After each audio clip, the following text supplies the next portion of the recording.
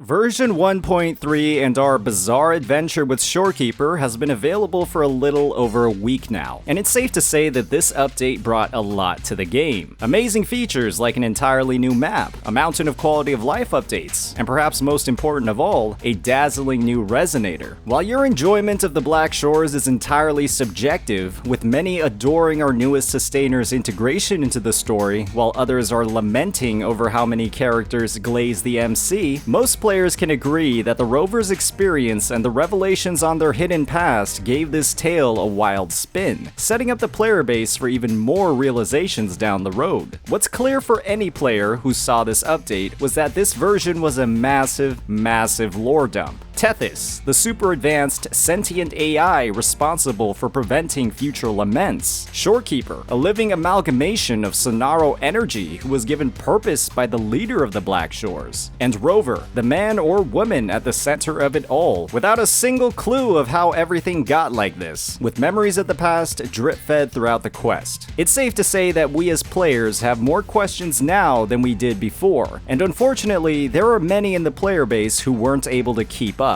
It could have been their misunderstanding of vocabulary, a personal lack of attention span, or what I think is actually the biggest reason of all, their rushing of the story. And for those that rush the story, I can't blame them at all, because there are some genuinely massive flaws in the WuWa's story design that we've seen present all the way since version 1.1. This critique isn't focused on the content, pacing, or structure, but rather the lack of quality of life when it comes to actually experiencing it. Today we'll be diving into why this is the case, exploring how the arbitrary restrictions in the story soured some of our past and current version updates, and how some simple new features, inspired by other gacha titles, can streamline this experience for current, new, and potential players. Kuro's ironed out a lot of clunkiness with their quality of life updates, but there's even more opportunities here. As always, if you're enjoying this content, please hit that like and subscribe button. At the start of version 1.3, the harshest realization that every player pulling Shorekeeper had was the fact that,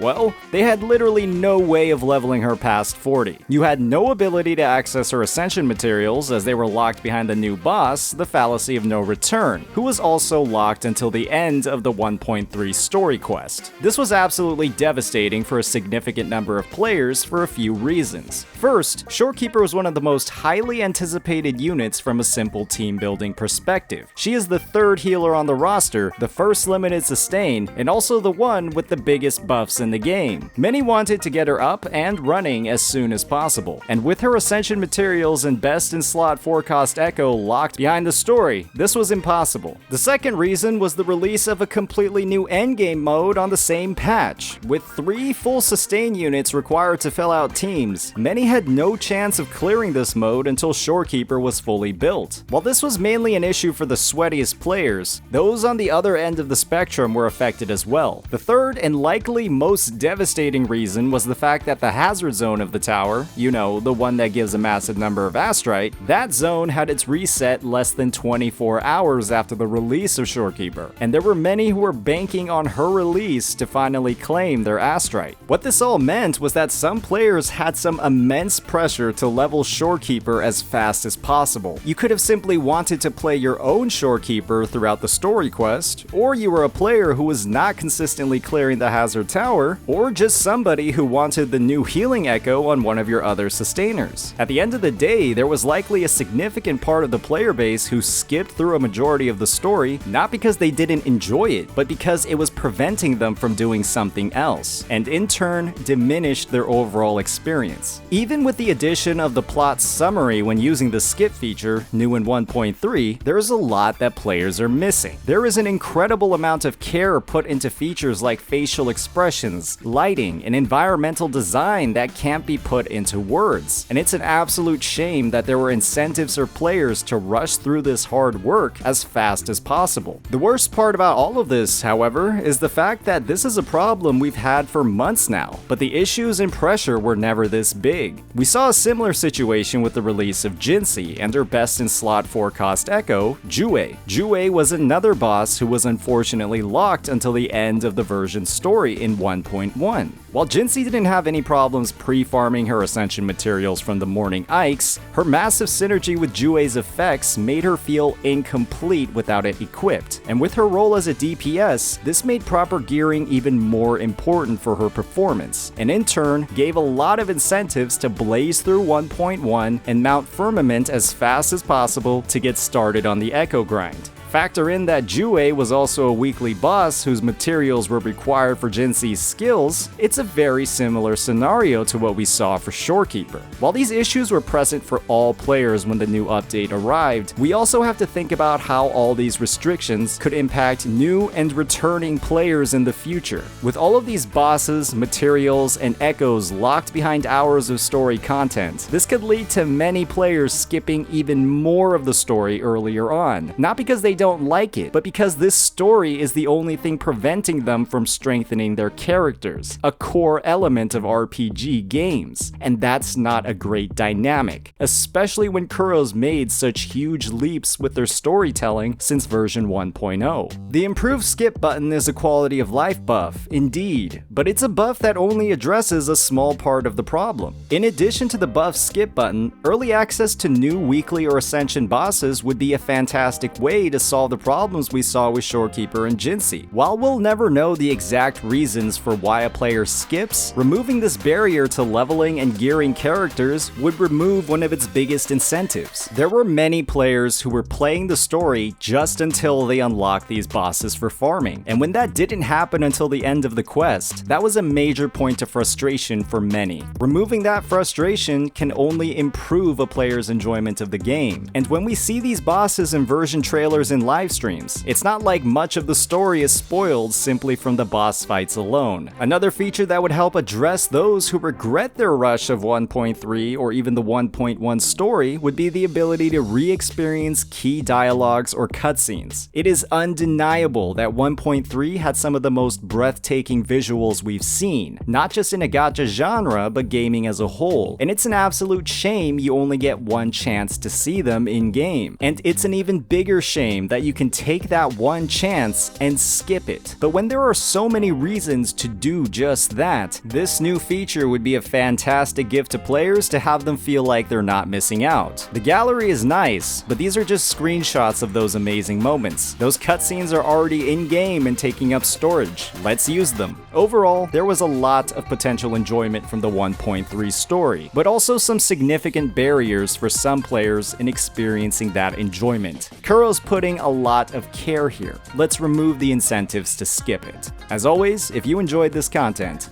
please hit that like and subscribe button. Peace out.